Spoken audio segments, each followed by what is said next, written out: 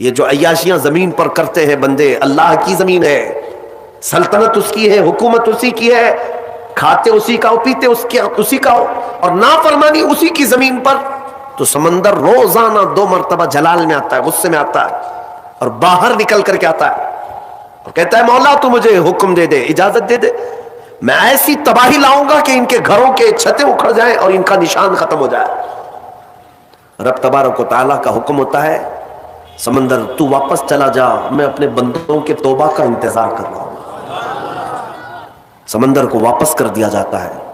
آپ دیکھیں پانی ابال کھاتا ہے، موجیں تھپیڑے مارتے ہوئے کنارے تک آتی ہیں اور پھر چلی جاتی ہیں، پھر چلی جاتی ہیں۔ بزرگوں نے فرمایا روزانہ سمندر اجازت مانگتا ہے کہ ان کے گناہوں کی پاداش میں انہیں تباہ کر دوں، لیکن میرے عزیزوں وہ رحمان ہے جو اپنے بندوں سے ماؤں سے زیادہ پیار کرتا ہے، ماؤں سے زیادہ رحم فرماتا ہے۔ میں نے ایک روایت پڑھی تھی، حضرت ایوب علیہ الصلوۃ والتسلیم اللہ رب العزت کی بارگاہ میں عرض کرتے ہیں کہ مولا یہ جب بہت زیادہ گناہ کرتے ہیں تو ان سب کو ہلاک کیوں نہیں کرتا، فوراً ان کے گناہوں پر ان کی ہلاکت کیوں نہیں آتی؟ آپ سے کہا گیا، آپ کو حکم ہوا کہ آپ مٹی کے مٹکے بنائیں، خوبصورت سے خوبصورت، حکم خدا تھا تو وہ بنانے پر لگ گئے، الگ الگ رنگ کے، الگ الگ نقش و نگار کے بنا کر کے تیار ہوئے۔ تو رب تعالیٰ نے فرمایا اب ایک لائن سے ایک ایک کو توڑتے آؤ۔ بنانے کا حکم ہوا اور اس کے بعد توڑنے کا حکم ہوا۔ جب توڑنا چاہ رہے تھے تو ان کو یاد آ رہی تھی چیزیں کہ میں نے اس کو اتنی محنت سے بنایا، اتنے نقش و نگار اس میں کیا، اس کو توڑنا ہے، اس کو توڑنا ہے۔ ان کا دل پسیج گیا کہ اپنی محنت سے ہاتھوں سے بنایا ہوا یہ مٹکا ہے، اس کو اپنے ہاتھوں سے توڑ دو۔ حکم تھا رب تعالیٰ کا۔ تو رب تبارک و تعالیٰ نے فرمایا ایوب تم نے مٹی کے مٹکے ہاتھوں سے بنائے اور توڑنے کا تمہارا دل نہیں کرتا، یہ پورے بندے میری دست قدرت سے بنائے ہوئے ہیں، یہ رب تبارک و تعالیٰ کی مخلوق ہے، کیا میں ان کو ایسے ہی ہلاک کر دوں؟ میرے عزیزوں جلدی عذاب نہیں آتا، چوریاں بھی عروج پر ہوتی ہیں، زنا بھی عروج پر ہوتے ہیں، ڈکیت بھی ہوتے رہتے ہیں، لیکن پھر بھی مولا کریم مہلت پر مہلت دیتا ہے، مہلت پر مہلت، جلد کسی کے گناہوں کو آشکار بھی نہیں کیا جاتا۔ ہاں حضرت عمر فاروق رضی اللہ تعالیٰ عنہ کے زمانے میں ایک شخص شراب کے جرم میں پکڑا گیا، اس کو سزا کے لیے لایا گیا، تو اس نے کہا کہ حضور معاف کر دیں، میرا پہلا جرم ہے، اس کے بعد نہیں کروں گا۔ آپ نے فرمایا تو جھوٹ بولتا ہے، تو جھوٹ بولتا ہے۔ کہا کہ نہیں سچ کہہ رہا ہوں کہ پہلی بار پکڑا گیا ہوں، پہلی بار میں نے ایسا کیا ہے۔ انہوں نے کہا نہیں تو جھوٹ بولتا ہے، جب سختی کی گئی تو پتا چلا اس نے اس سے پہلے 10 بار کیا ہے۔ لوگوں نے پوچھا آپ اتنا یقین کے ساتھ کیسے کہہ رہے؟ امیر المومنین نے فرمایا مجھے میرے رب کی ذات پر یقین ہے، وہ پہلے گناہ پر جلدی پکڑ نہیں کرتا، چھپاتا ہے۔ مولانا روم رحمۃ اللہ تعالیٰ علیہ فرماتے ہیں مثنوی میں، آپ کو میں بتاتا ہوں میرے عزیزو، آج پلٹنے کی رات ہے، آج واپس بارگاہ رب میں آنے کی رات ہے۔ میں نوجوانوں سے آج صرف اپیل کر سکتا ہوں، چھوڑو اس لال و رنگ کی دنیا کو، اس سے ہونا کچھ نہیں ہے سوائے داغ دھبے کے۔ تم اپنی زندگی کو اگر عیاشیوں کے نظر کر دو گے کہ کچھ نہیں حاصل ہونا ہے، کچھ نہیں حاصل ہونا ہے۔ ان گناہوں کی لذت زیادہ دیر کی نہیں، بہت جلدی ایکسپائر ہو جاتی ہے، اور نیکیوں کی لذت قبر نہیں حشر میں بھی باقی رہتی ہے۔ چھوڑ دو ان زندگیوں کو اور واپس آؤ بارگاہ مولا میں۔ مولانا روم فرماتے ہیں مدینے میں ایک سارنگی رہتا تھا، سارنگی بانسری بجانے والا، اسی سے اس کی کمائی چلتی تھی، بجاتا تھا، سریلی آواز، سریلی اس سے میوزک نکلتی تھی، لوگ سنتے تھے۔ وقت گزرتا گیا، اسی کی کمائی میں چلتے رہے، لیکن ایک بات یاد رکھنا ہے نوجوانوں، وقت سب کے ساتھ ہمیشہ ویسا نہیں رہتا۔ آج جو نوجوان ہیں کل بوڑھے ہو جائیں گے۔ آج بہت سارے نوجوان یہ سمجھتے ہیں کہ مجھے کیا فرق ہے، میرے پاس طاقت ہے، قوت ہے، میرے پاس مال ہے، میں جو چاہوں کر لوں گا۔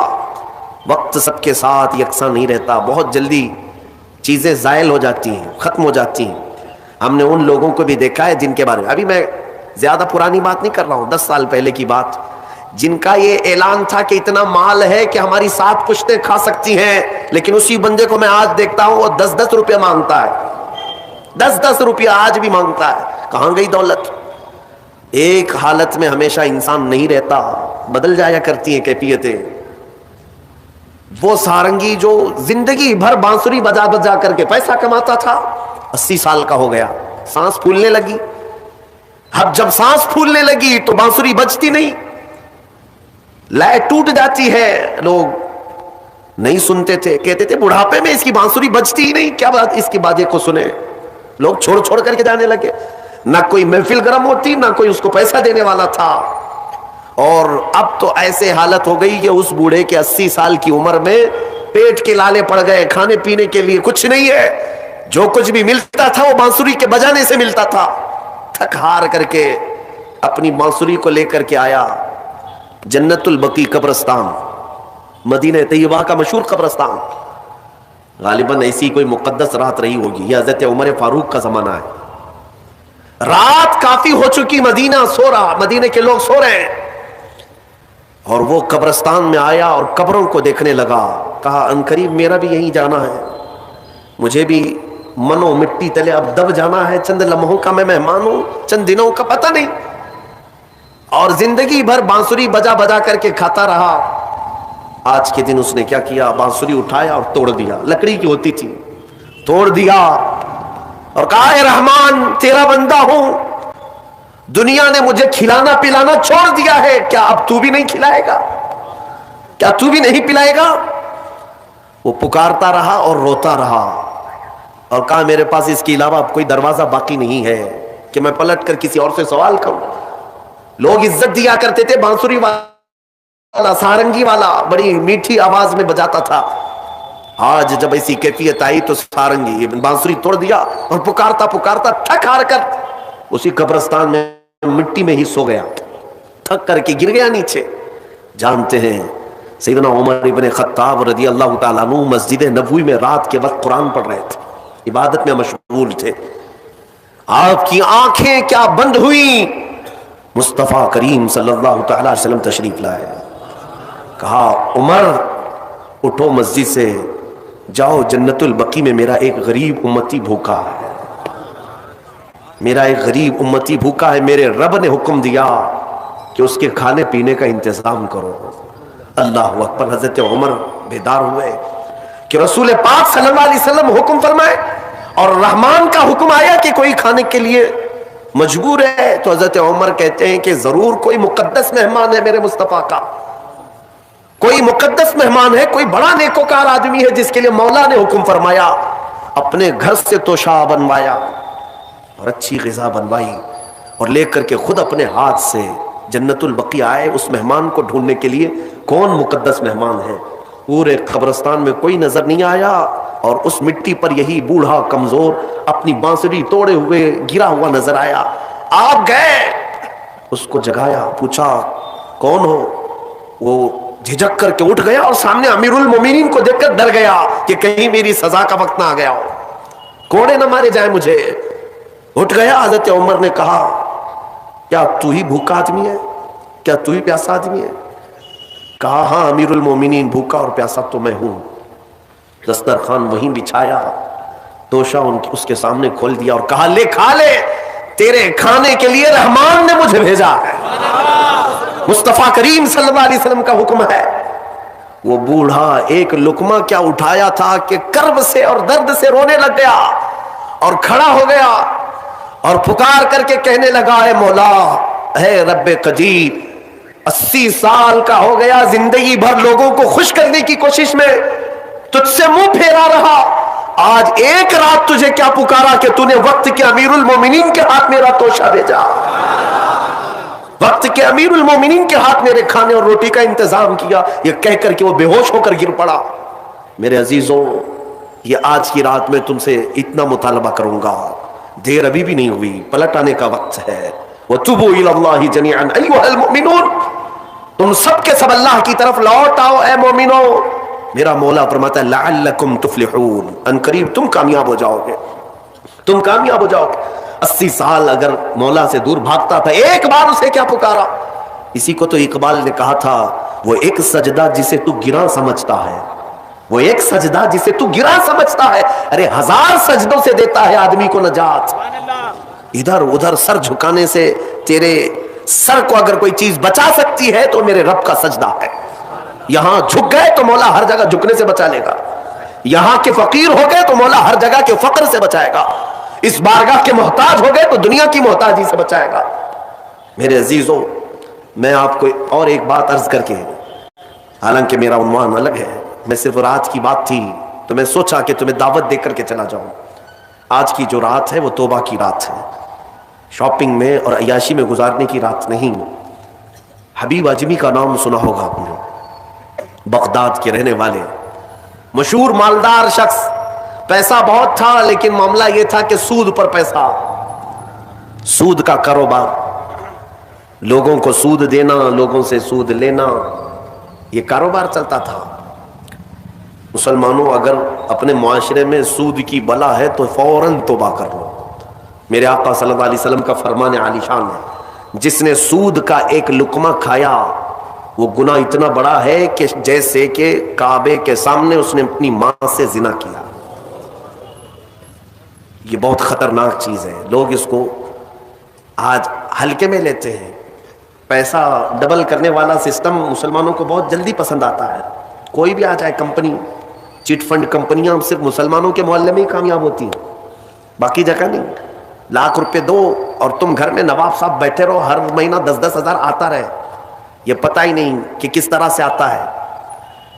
تمہارے گھر میں آنے والا ایک لقمہ بھی تمہاری تحقیق کے بغیر نہیں آنا چاہیے، تم مسلمان ہو۔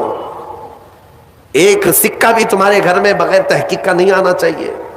اگر مشکوک، یعنی جس میں شک ہے، حرام کی بات نہیں کر رہا ہوں، حرام تو بڑی بات ہے، جس مال میں شک ہے اس مشکوک مال کا بھی ایک لقمہ کھا لیا تو اولاد بگڑ جاتی ہے۔ بزرگوں نے فرمایا اولاد بدتمیز پیدا ہوگی، بد اخلاق ہو جائے گی، کردار سے عاری ہو جائے گی، اس کا خیال رکھو۔ تو میں عرض یہ کر رہا تھا کہ حبیب اعجمی سود کا کاروبار کرتے رہے۔ ایک دن ایسا ہوا کہ اپنی بیوی سے گوشت لا کر دیا اور کہا کہ پکاؤ۔ بیوی نے کہا لکڑیاں نہیں ہیں، کہا کہ میں فلاں کے اوپر میرا سود آتا ہے، سود میں وہ لکڑیاں لے آؤں گا، سود میں لکڑیاں بھی، گھر کا آٹا بھی سود میں لا کر کے دیے۔ بیوی نیک تھی، سمجھاتی رہی۔ اس دن دعا کرتی ہے مولا میرے شوہر، میرے سرتاج، میرے رفیق حیات کو ہدایت دے دے۔ جب چولہے پر یہ ہانڈی رکھی گئی، کھانا پک گیا، یعنی سالن پکا، تو اس نے اتارا، حبیب اعجمی دسترخوان پر تھے، ہانڈی کھولی گئی تو اس میں پکتا ہوا خون تھا، خون کے علاوہ کچھ نہیں۔ حبیب اعجمی نے پوچھا یہ کیا ہے؟ بیوی نے کہا جب لوگوں کا مال سود میں لا کر کے دو گے تو اللہ تعالیٰ تمہیں دنیا میں ہی خون کھلا رہا ہے، آخرت میں کیا عذاب ہوگا۔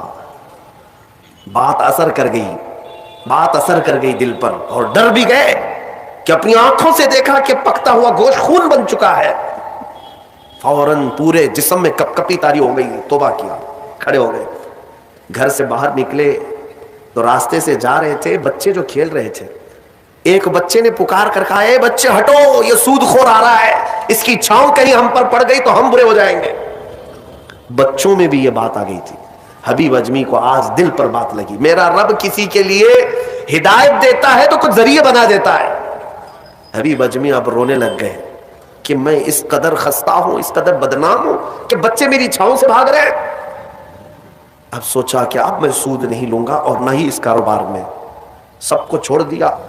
لیکن اب مسئلہ یہ تھا کہ بچپن شروع سے کوئی کام کرنے کی عادت نہیں تھی، پیسہ دینا ہے، مارکیٹ میں گھما کر کے بڑا کر کے لانا ہے، کام کرنے کی عادت نہیں تھی، فن نہیں تھا، ہنر معلوم نہیں تھا، اب کمائے تو کیسے کمائے۔ سوچا کہ اب اس چیز کو چھوڑ دیا ہوں، تو بیوی سے آ کر کے کہا میری رفیق حیات میں نے توبہ کر لیا ہے، میں نے توبہ کر لیا، آج کے بعد سے یہ سود کی طرف میں ہاتھ بھی نہیں بڑھاؤں گا۔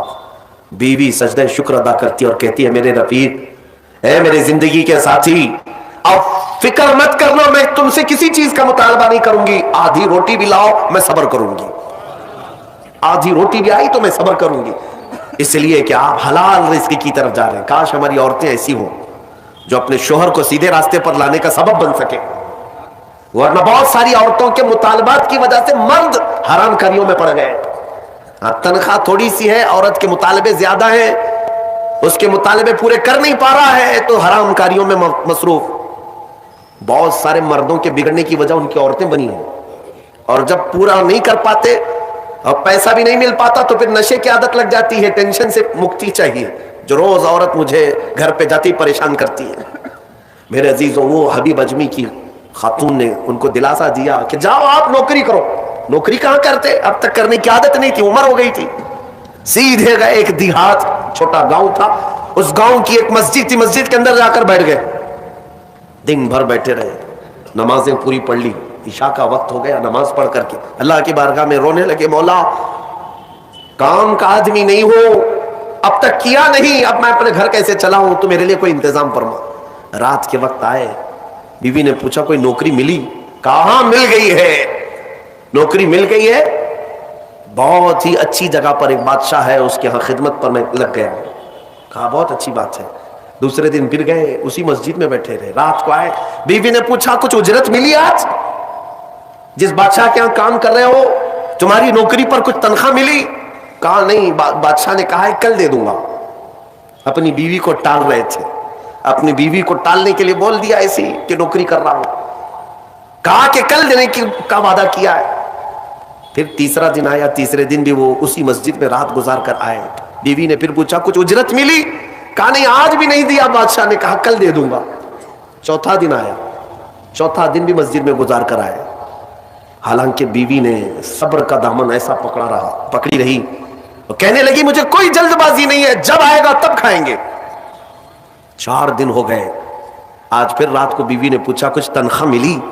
گھر کیسے چلے گا, 4 دن سے چولہا نہیں جلا گھر پہ. کہا آج بھی بادشاہ نے نہیں دیا. کہا کل دوں گا. روز کل, روز کل. 5 دن گزر گئے.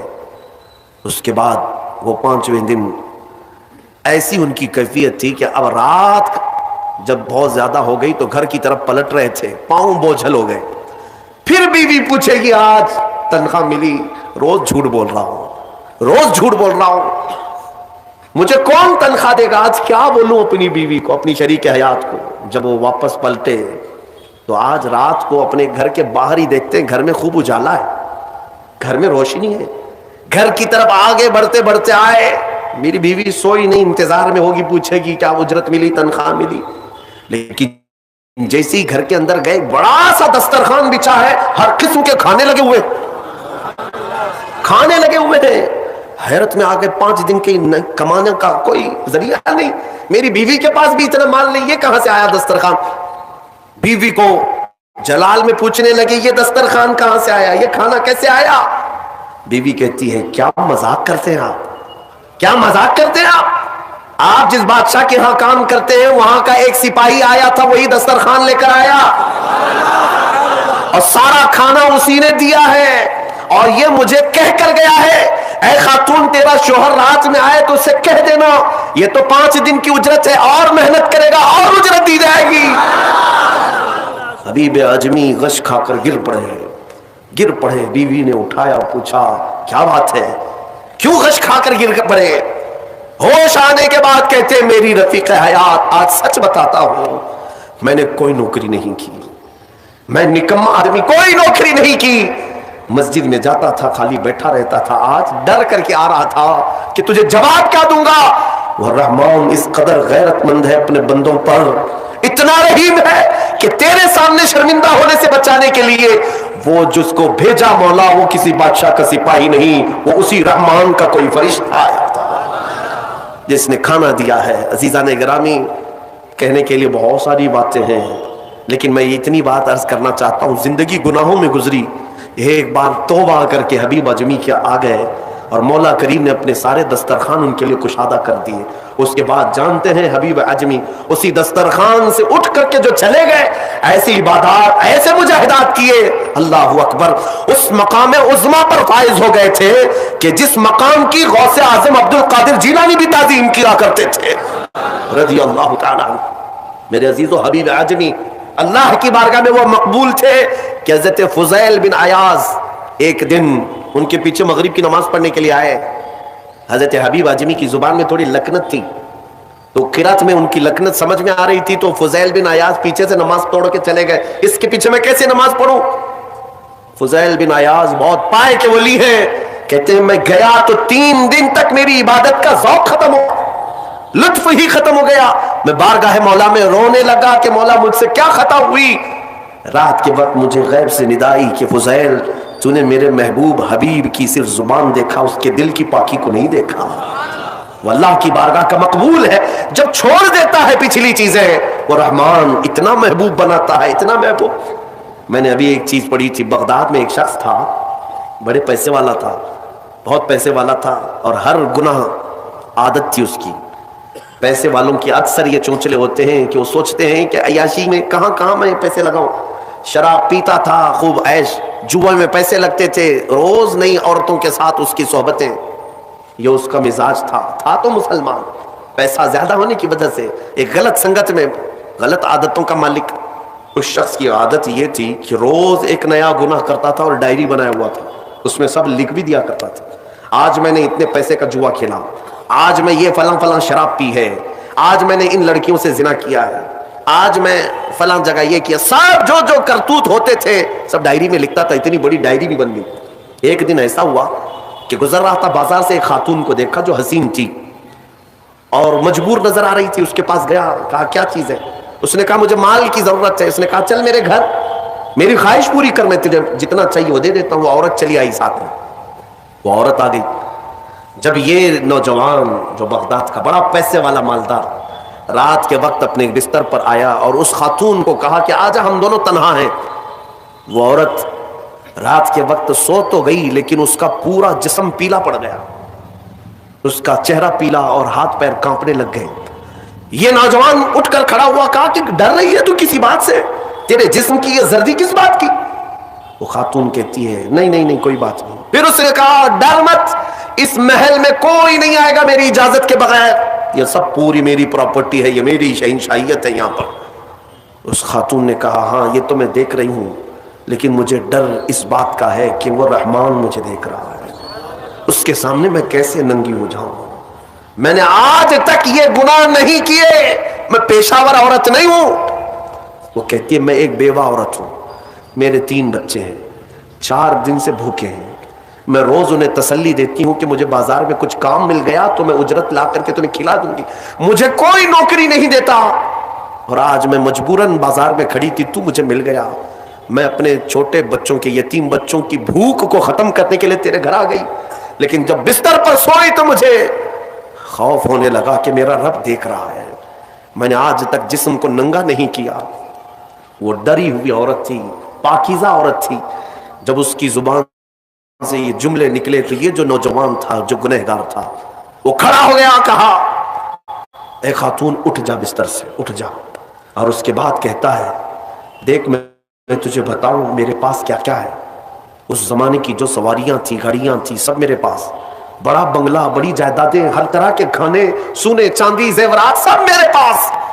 مولا نے مجھے بہت کچھ دیا، لیکن آج تو نے مجھے دل دیا، آج تو نے میرے دل کو جھنجھوڑا. میرے پاس اتنی نعمتیں ہونے کے باوجود میں اب تک ڈرا نہیں اللہ سے، اور تیرے گھر میں کھانے کو ایک لقمہ بھی نہیں، پھر بھی تو اللہ سے ڈر رہی ہے. مجبور ہونے کے باوجود تو ڈر رہی ہے اللہ سے. اس خاتون نے کہا کہ اے نوجوان، مجبور ہو، امیر ہو یا غریب ہو، سب کا بادشاہ وہی ہے، حساب سب سے برابر لے گا. اس خاتون کو بہت سارے پیسے دے کر کے اس نوجوان نے رخصت کیا اور کہا جا تیرے بچوں کو کھلا، آج کے بعد کبھی بازار میں بھیک مت مانگنا، اور میں سمجھتا ہوں میرے گناہوں کا کفارہ ہے کہ میں تیری مدد کر دیا، تو باہر نہ آ. اور اس خاتون کو بھیج دیا. آج اس کو احساس ہوا اب تک کیسی زندگی گزارتا رہا، اس عورت نے مجھے جھنجھوڑ دیا ہے، جھنجھوڑ دیا ہے. رات کو مصلی بچھایا اور اللہ کی بارگاہ میں کھڑے ہو کر کہنے لگا مولا بہت گناہ کر چکا ہوں، بہت گناہ کر چکا ہوں، پورا جسم داغدار ہے، کیا مجھ جیسا آدمی بخشے جانے کے قابل ہے؟ کیا مجھ جیسا آدمی معاف کیے جانے کے قابل ہے؟ رویا جا رہا تھا اور اس کے بعد وہ سر اٹھا کر کہتا ہے اے رب میں نے اتنے گناہ کیے کہ لکھتے لکھتے میری ڈائری بھر گئی ہے، بک بھر گئی ہے، پھر تیرے پاس جو فرشتے ہیں نامہ اعمال لکھنے والے انہوں نے کتنا. اور اس کے بعد ہاتھ جوڑ کر کہتا ہے رحمان اپنے دربار میں اتنی بات عرض کرتا ہوں، اگر میں بخشے جانے کے قابل ہوں تو مجھے معاف کر، یا تو پھر آسمان سے آگ بھیج کر کے مجھے ہلاک کر دے، مجھے ختم کر دے مولا. میں بہت داغدار ہوں، بہت داغ دھبے لگا دیے. وہ روتے روتے روتے تھک گیا اور اس کے بعد اٹھتا ہے. توجہ، گھر کے اندر جا کر آج سچی توبہ کیا تھا. ڈائری وہ پھاڑنے کے لیے گیا جس میں روز گناہ لکھتا تھا، جو پچھلے سارے تھے ریکارڈ. کہتا ہے پھاڑ کر کے ختم کر دوں گا، آج کے بعد نشان بھی نہیں رکھنا ہے. جب وہ اپنے کمرے میں آیا، اس ڈائری کو اٹھایا جو برسوں سے لکھ رہا تھا. وہ حیرت سے ڈوب گیا اس بات پر کہ جب وہ ڈائری اٹھایا تو دیکھتا ہے پورے اوراق سفید ہے، لکھا کچھ نہیں، ایک حرف بھی لکھا ہوا نہیں ہے. ورق پلٹتا گیا پلٹتا گیا پلٹتا گیا، کچھ نہیں ہے. وہ ادھر ادھر دیکھنے لگا، اس میری ڈائری سے مٹایا کس نے؟ میرے سارے ریکارڈ کس نے مٹایا؟ اس کے جسم پر کپ کپی تاری تھی، راشا تاری تھا. رات کا وقت تھا، غیب سے ندائی، اے بندے، جب کوئی پوری دنیا کو میرے لیے ترک کرتا ہے تو میں اس کے گناہوں کو بھی مٹا دیا کرتا ہوں. جب زندگی میں لکھی ہوئی ڈائریاں مٹ جاتی ہیں تو میرے مولا کو یہ اعمال نامے سے مٹانے میں دیر نہیں لگے گی. یمحو اللہ ما یشاء، اللہ جس سے چاہتا ہے وہ ساری چیزیں مٹا دیتا ہے. میرے عزیزو، یہ لیلۃ القدر کی اہم ضروری بات تھی جو میں نے تمہارے سامنے رکھا. آج توبہ کی رات ہے، توبہ کی رات ہے. پلٹ آؤ. آج امت جس کرب کے عالم میں گزر رہی ہے، تمہیں اندازہ ہے ہزاروں نوجوان جیلوں میں آج بند ہیں ہمارے، جن کا نہ کوئی افطاری کا انتظام نہ سحری کا انتظام. تم تو رمضان میں باہر گھوم رہے ہو، رمضان کی رونقیں دیکھ رہے ہو، رمضان کی بہاریں دیکھ رہے ہو. امت مصطفیٰ کے ہزاروں نوجوان آج جیل کی سلاخوں کے پیچھے ہیں. ہمارے کئی علماء بھی اندر بیٹھے ہوئے ہیں. کبھی کبھار ان کی یاد آتی ہے تو ہمارے لقمے کڑوے لگنے لگتے ہیں، پھیکا لگتا ہے کھانا کہ ہمارے بھائی بے قصور جیلوں میں بند ہیں. یہ کس لیے کہ ظالم آج ننگا ناچ ناچ رہا ہے. اے نوجوانوں، آفتیں اس قدر ہمارے سروں پر آ چکی ہیں کہ اب ہمارا کیا محفوظ رہا ہے اس ملک میں؟ سوچو تو ذرا صحیح. پہلے ایسا تھا کہ دور دراز سے کوئی سازشوں کے جال بنتے تھے، آمنے سامنے کوئی نہیں آتے. لیکن اب حالات ایسے ہو گئے کہ سامنے تمہارے تلواریں لہرائی جا رہی ہیں، سامنے تمہارے چاقویں لہرائی جا رہی ہیں، سامنے تمہیں مار ڈالنے کی باتیں کی جا رہی ہیں، لیکن کچھ بھی یہاں پر گورنمنٹ ایکشن نہیں لیتی. ایسا لگتا ہے کہ آج مسلمانوں کی ویلیو اس ملک میں چونٹی اور مچھروں سے بھی کم کر دی گئی ہے.